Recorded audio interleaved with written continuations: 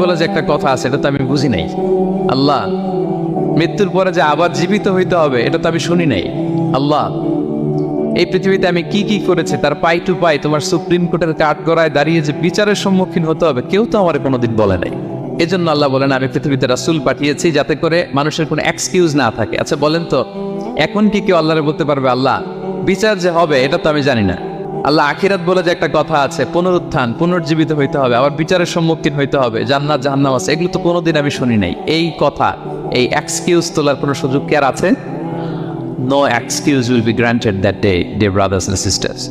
সেদিন কোনো এক্সকিউজ আল্লাহ তাআলা গ্রহণ করবেন না, কারণ আল্লাহ তাআলা রাসূলদেরকে প্রেরণ করেছেন।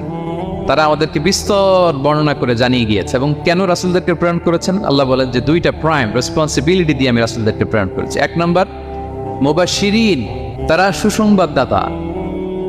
তারা আমাদেরকে জানিয়েছে এই পৃথিবীতে যদি আমরা ভালো কাজ করি